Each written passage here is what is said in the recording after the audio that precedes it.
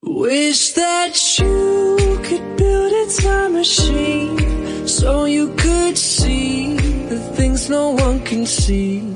Feels like you're standing on the edge, looking at the stars and wishing you were there. What do you do when the chapter ends? Do you close the book, never read it again?